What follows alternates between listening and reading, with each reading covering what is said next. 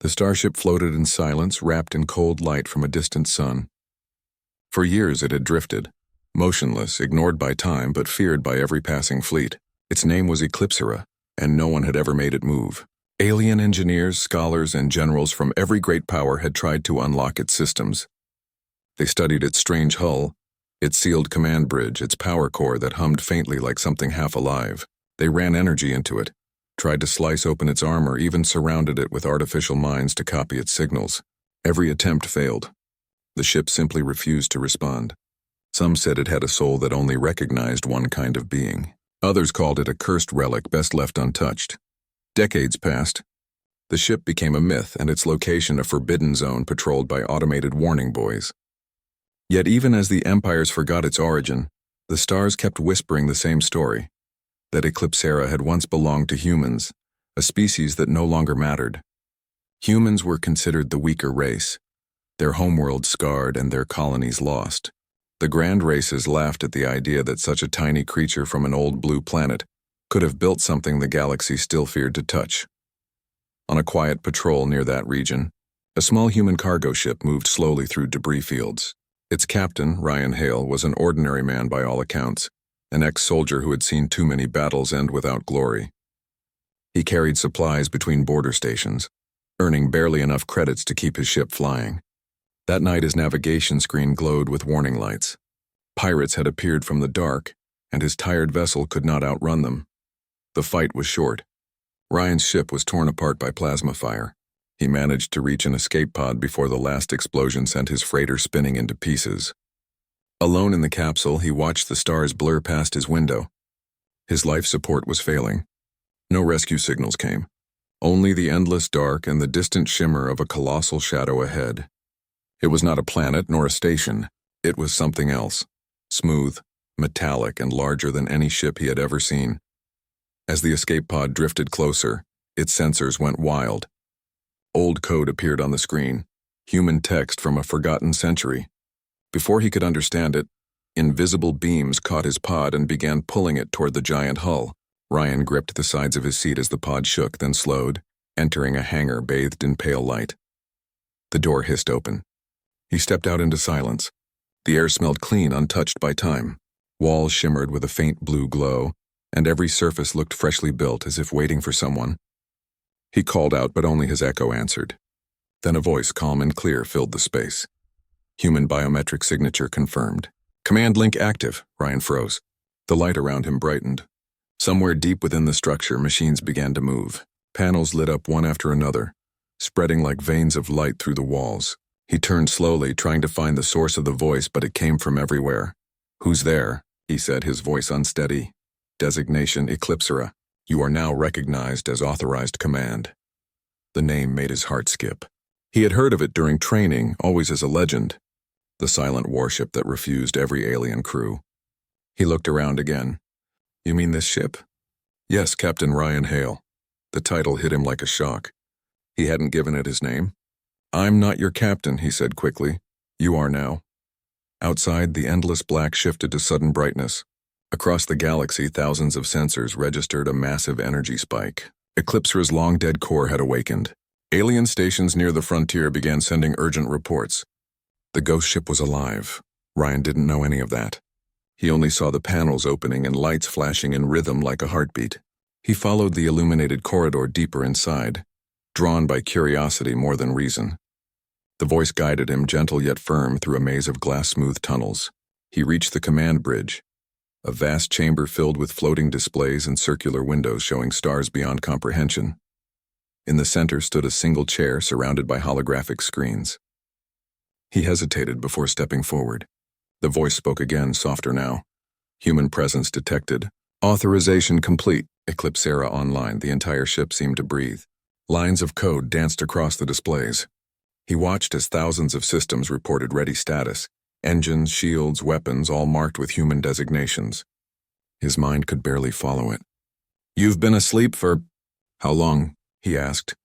327 years, the voice answered, awaiting command from human fleet control.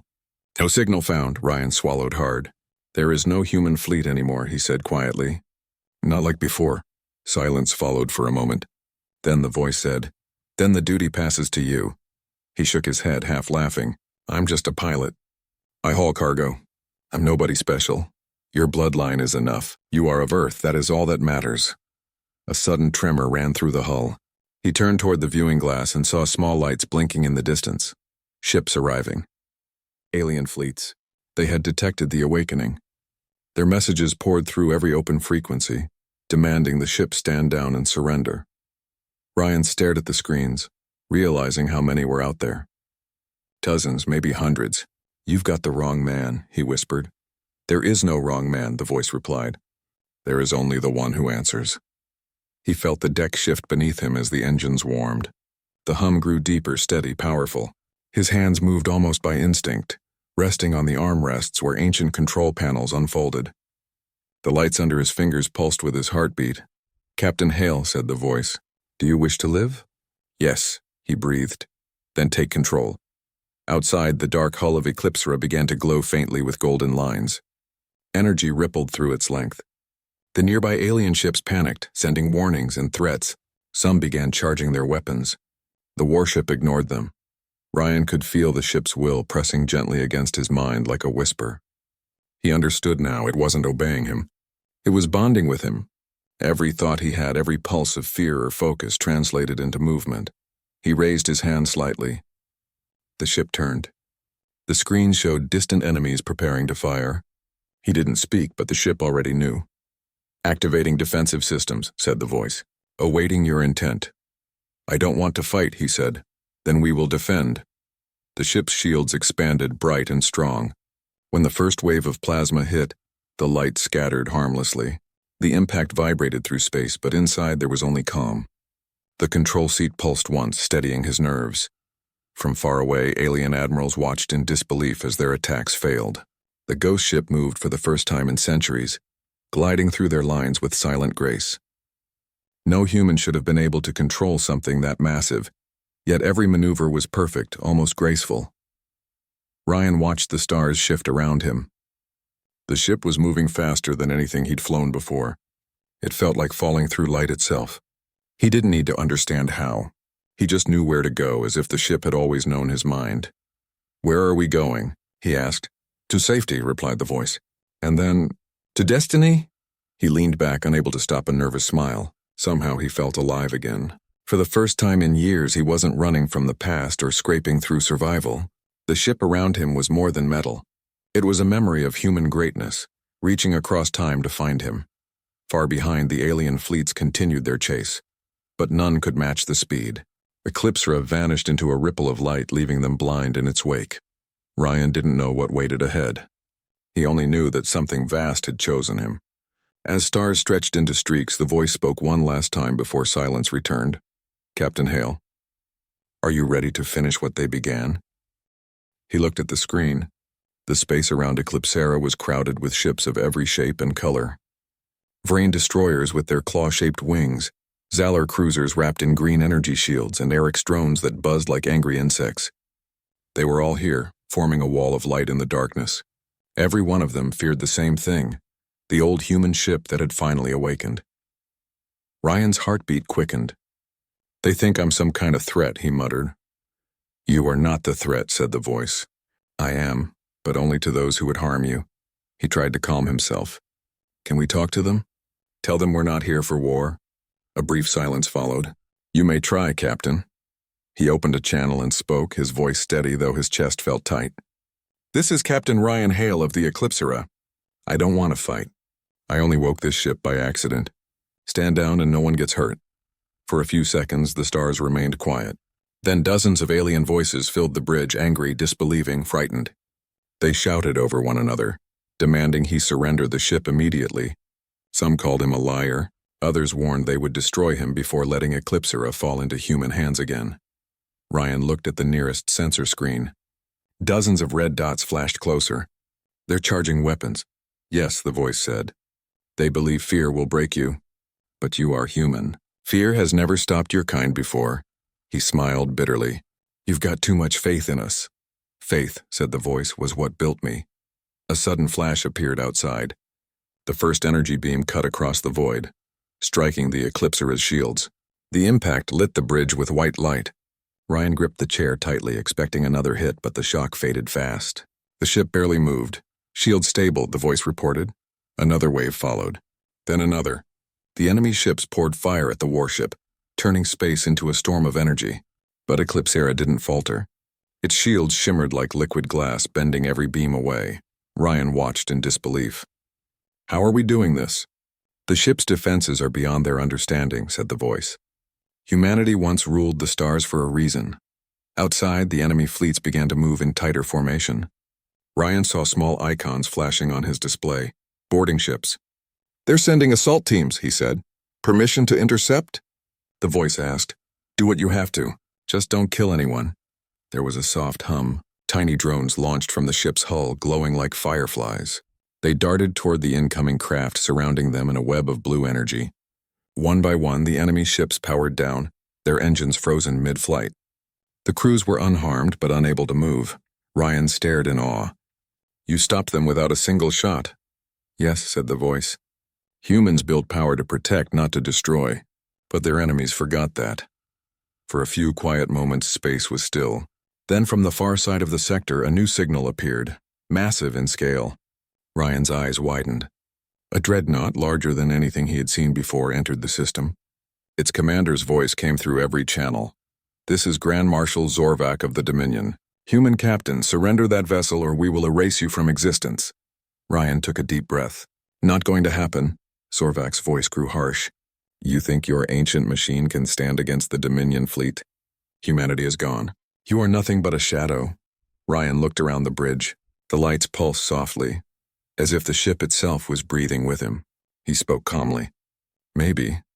But shadows can still remind you where the light came from." The alien dreadnought opened fire. A storm of plasma erupted, shaking nearby asteroids into dust. The Eclipsera met it head-on. The AI, now calling itself Aurora, activated systems Ryan had never seen before. "Engaging phase engines," Aurora said. "What does that mean?" Ryan asked, but before he could finish, the stars bent. Space folded around the ship, and for a second everything went silent. When it unfolded again, the Eclipsera was no longer where it had been. It was behind the Dominion fleet. Ryan grinned. "You can warp in the middle of a battle?" "Yes, but only once per engagement. It takes focus." The enemy fleet scrambled to turn around, but Aurora was already ahead. The ship's wings unfolded like blades of light, and invisible energy rippled across the stars. Weapons that had slept for centuries hummed to life. Ryan felt the controls respond to his heartbeat again. "Aurora," he said quietly. "Disable their weapons, but no destruction." "Understood." Beams of golden light shot out from Eclipsera, not to kill, but to silence. Every enemy cannon, every missile bay, every power core went dark. Within seconds, hundreds of ships hung powerless, drifting like leaves in the current. Across the galaxy, observers watched the impossible. One human, in a ship built by his ancestors, had just disabled the combined power of 3 empires. Ryan sat still, stunned. "You really did it," Aurora's voice softened. "You did it, Captain. I am only the echo of human hands." A single message echoed through the communication lines transmitted from the ship to every channel in known space. The voice was his, though it felt like the ship spoke through him. "This vessel belongs to Earth, to humanity. We don't seek war. We seek remembrance." Silence followed. The alien leaders didn't answer. But across forgotten corners of the galaxy, small signals began to awaken. Colonies long thought dead, stations hidden beyond trade routes, ships marked with the faded flag of Earth. One by one, they powered up and sent a simple message back. "We hear you." Ryan stared at the transmission feed, eyes wide. "Aurora, what's happening?" "The call has been answered," she said. "Human colonies in hiding are returning. You have reminded them who they are." He leaned back in the chair, a slow smile forming on his face. "I didn't mean to start a movement." "You only reminded the galaxy what it forgot," she said. "That humans never vanish. They adapt." Outside, the disabled fleets began repairing their systems. Some ships retreated.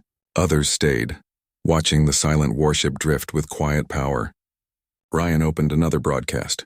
"This ship will not fire unless attacked," he said. "But if anyone threatens Earth or her people again, you'll answer to me, and to Eclipsera." He closed the channel and looked out at the stars. The bridge lights dimmed to a soft glow. For the first time since he'd arrived, he felt peace. Aurora spoke quietly. You have done what no admiral, no emperor, no conqueror could. You have made the galaxy listen. I didn't do it alone, Ryan said. She almost sounded amused. You never do. That is what makes you human. He watched as the stars shifted, showing routes and systems lighting up in a network. Are those human signals? Yes, from old colonies, from deep stations, from places where the others never looked. They are coming back. He stood slowly, walking toward the wide glass window that showed the galaxy ahead. So many worlds, so many lights. What do we do now? Aurora's tone turned gentle, almost like a whisper. We rebuild. We show them that humanity is not a threat but a promise. And we begin with one word, home.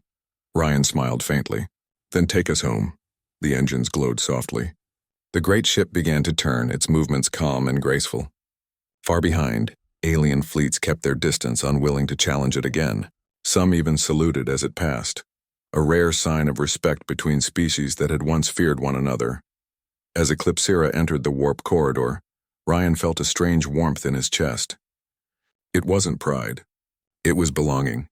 For years he had been just another pilot lost in endless space. Now he carried the legacy of billions who had built, dreamed, and vanished before him.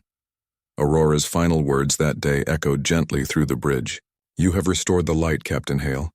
Humanity sleeps no longer.